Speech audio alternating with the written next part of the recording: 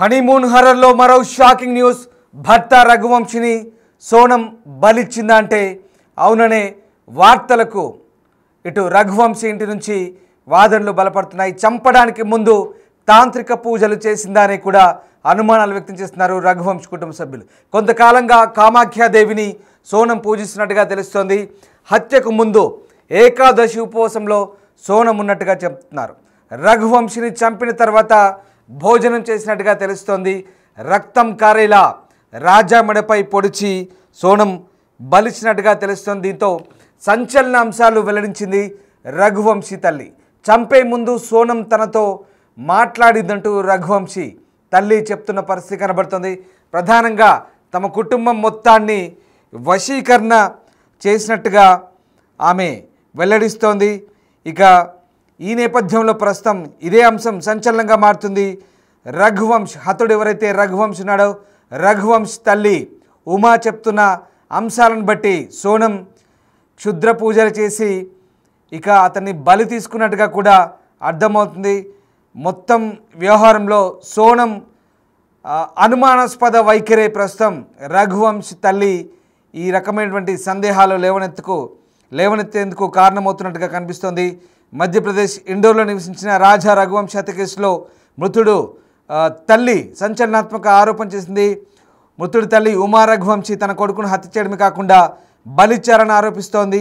సోనం తన మొత్తం కుటుంబంపై వశీకరణ చేసిందంటూ కూడా ఆమె ఆరోపిస్తున్న పరిస్థితి కనబడుతుంది. బిగ్ టీవీ వ్యూవర్స్కి ఒక విషయం చెప్పే ప్రయత్నం చేస్తున్నాను. ఈ అంశంలో ఇలాంటి విషయాలు ఇలాంటి వార్తలు చెప్పడం ద్వారా కేవలం మిమ్మల్ని అప్రమత్తం చేయడమే మా ప్రధాన ఉద్దేశం. అంతేకాని మూఢనమ్మకాలను ప్రేరేపించాలా కానీ ప్రోత్సహించడం కానీ మా ఉద్దేశం కాదని మీకు క్లెయిమ్ చేసే ప్రయత్నం చెప్తున్నాం. దీని గురించి మీకు వివరించి చెప్పే ప్రయత్నం చేస్తున్నాం. మొత్తం మీద మృతుడి తల్లి ఆరోపణలు మాత్రమే మేము ఇక్కడ మీకు చెప్పే ప్రయత్నం చేస్తున్నాం. మృతుడి తల్లి ఆరోపణల ప్రకారం ఇక సోనం తమ కుటుంబం మొత్తాన్ని కూడా వశీకరణ చేస్తుందంటూ ఆమె ఆరోపిస్తున్న పరిస్థితి కనబడుతుంది. మృతుడు రాజా రఘువంశ్ తల్లి నిందితురాలు సోనం రఘువంశ్పై తీవ్రమైన ఆరోపణ చేసింది. సోనం రాజాను షిల్లాంగ్కు ఎందుకు తీసుకువెళ్ళిందో ఆమె అడిగింది. అంటే రాజా తల్లి చెప్తున్న ప్రకారం రాజాను తంత్రకర్మలు నిర్వహించి ఆ తర్వాత తన కొడుకును బలిచ్చారంటూ చెప్తోంది. సోనం మా కుటుంబం మొత్తానికి మంత్రదండం చేసింది. ఆమె ఏం చెప్తుందో మేము చూస్తున్నాం, కానీ ఇప్పుడు మేము దీన్ని గ్రహిస్తున్నామంటూ ఆమె చెప్తున్న పరిస్థితి. ఇక రాజా తల్లి కూడా సోనం నరబలి ఇవ్వాలని కోరుకుని ఉండొచ్చు అంటూ చెప్తోంది. ఎందుకంటే ఆమె చాలా కాలంగా కామాఖ్యాదేవిని పూజించడం గురించి మాట్లాడుతోంది.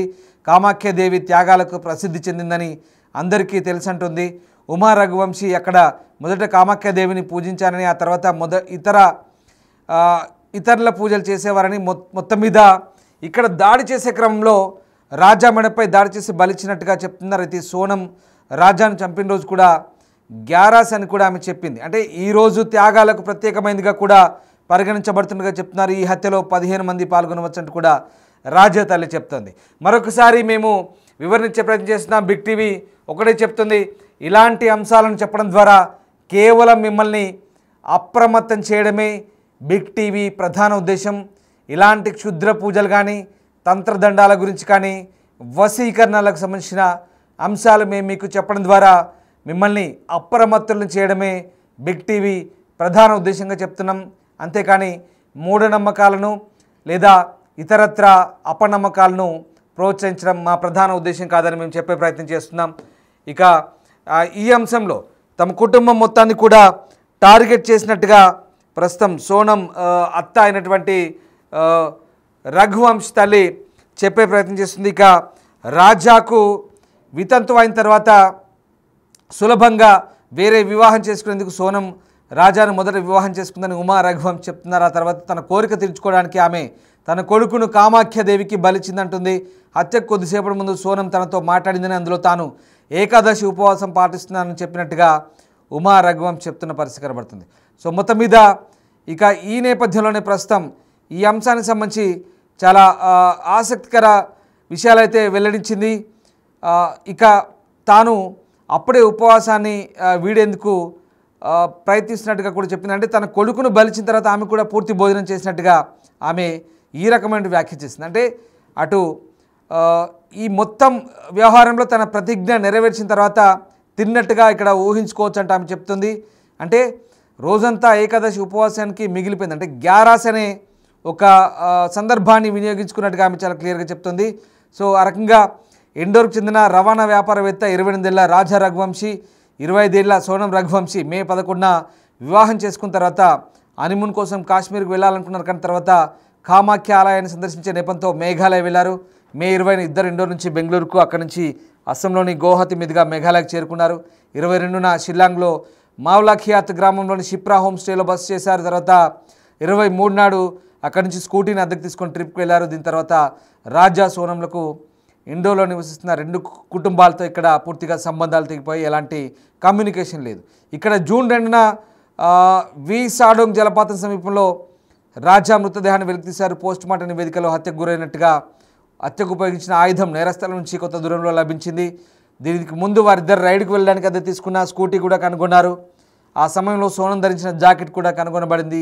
ఆ జాకెట్పై రక్తపు మరకలు ఉన్నాయి. ఆ రకంగా జూన్ 4న ఇక్కడ ఇండోర్కు ఆ రాజా మృతదేహాన్ని తీసుకొచ్చి ఇరు కుటుంబాలు కూడా అంత్యక్రియలో పాల్గొన్నాయి. కానీ అప్పటికి ఇంకా సోనం దొరకలేదు. తర్వాత సోనం జూన్ 8న ఉత్తరప్రదేశ్లోని ఘాజీపూర్లో నందిగంజ్ పోలీస్ స్టేషన్ ముందు లొంగిపోయింది. అదుపులోకి తీసుకున్న పోలీసులు రాత్రంతా సోనం చెప్పిన సమాచారం ప్రకారం దాడులు నిర్వహించి ఇండోర్కు చెందిన రాజ్ కుష్వా, సోనం ప్రియుడు, అలాగే యూపీలోని లలిత్పూర్ చెందిన విశాల్ చౌహాన్, ఇండోర్కు చెందిన ఆకాష్ రాజ్పుత్, అలాగే సాగర్ జిల్లాలోని బినాకు చెందిన ఆనంద్ కుర్మితో సహా మొత్తం నిందితుల్ని అరెస్ట్ చేశారు. వీళ్ళందరినీ కూడా షిల్లాంగ్ తీసుకొచ్చి కోర్టులో హాజరుపరిస్తే వీళ్ళందరికీ కూడా కోర్టు 8 రోజుల రిమాండ్ అయితే విధించిన పరిస్థితి కనబడుతుంది. ఒకటే ఇక్కడ ఆమె చెప్తున్న రాజా రఘువంశ్ చెప్తున్న అంశాల ప్రకారం పూర్తి స్థాయిలో తన కొడుకును బలిచ్చినట్టుగా చెప్తున్నారు. ఈ అంశంలో సోనం పూర్తిగా ఇక్కడ దేవి పూజలు చేసేదని, గ్యారాస్ అనే వేదికను ఉపయోగించుకున్నట్టుగా ఇక్కడ మనకు చెప్తున్న అంశాలను బట్టి తెలుస్తుంది. అంటే ఇక్కడ రాజా రఘువంశ్ చెప్తున్న అంశాల ప్రకారం సోనంకు కుజదోషం లేదా మంగళదోషం అంటారు, నార్త్ సైడ్లో మంగళదోషం లేదా కుజదోషం ఉన్నట్టుగా చెప్తున్నారు. నేను మీకు మళ్ళీ పూర్తి స్థాయిలో క్లారిటీ ఇస్తున్నాను. బిగ్ టీవీ నెట్వర్క్ ఎక్కడ ఇలాంటి అపనమ్మకాలను మూఢనమ్మకాలు ప్రోత్సహించదు. కేవలం ఇలాంటి విషయాలు చెప్పడం ద్వారా మిమ్మల్ని అప్రమత్తం చేయడమే బిగ్ టీవీ ప్రధాన ఉద్దేశం. ఎస్, మీకు ఎందుకు చెప్తున్నానంటే ఇక్కడ రఘువంశ్ తల్లి పూర్తి స్థాయిలో ఈ అంశాలను వెల్లడించింది. ఆమె మధ్యలో ఉన్న మాటలు చెప్పింది, ఆమెకు ఉన్నటువంటి అనుమానాలను చెప్పే ప్రయత్నం చేసింది.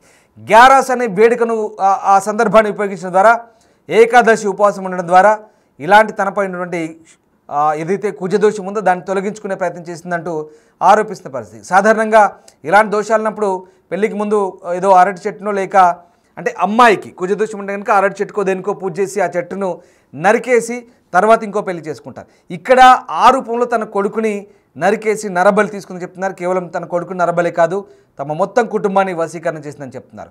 ఒకసారి ఇది ప్రేక్షకుల విజ్ఞతకే విచక్షణకే వదిలేస్తాను, మీరు నమ్మండి నమ్మకపోండి. బిగ్ టీవీ కూడా ఇలాంటి అంశాలని పదే చెప్తున్నాం, ప్రోత్సహించదు. కానీ ఆ మృతుడి తల్లి చెప్పిన అంశాలను మేము మీకు కోట్ చేస్తున్నాం, అదే విషయాలు మీకు వెల్లడించే ప్రయత్నం చేస్తున్నాం. సో మొత్తం మీద ఈ మొత్తం వ్యవహారంలో ఇది ఒక కొత్త ట్విస్ట్. పూర్తి స్థాయిలో ఈ వశీకరణ అంశాన్ని అయితే మృతుడి తల్లి పైకి తీసుకొస్తుంది. ఏదేమైనా అవన్నీ పక్కన పెడితే, ఆ నమ్మకాలను పక్కన పెడితే, ఇప్పుడైతే సోనం చాలా క్లియర్గా అంగీకరించింది, హత్య చేసినట్టుగా అంగీకరించింది. ప్రియుడు రాజ్ కుష్వాకు సంబంధించిన అంశాలన్నీ కూడా బహిర్గతమయ్యాయి. కాబట్టి ఇక్కడ 8 రోజుల రిమాండ్ అయితే పోలీసులు విధించారు.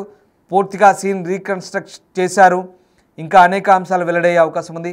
ఇంకా ఏమేమి ట్విస్టులు బయటపడతాయో, సోనం విషయంలో ఎలాంటి ఆసక్తికర అంశాలు వెలుగులోకి వస్తాయని మాత్రం ఇంకా వేచి చూడాల్సిందే.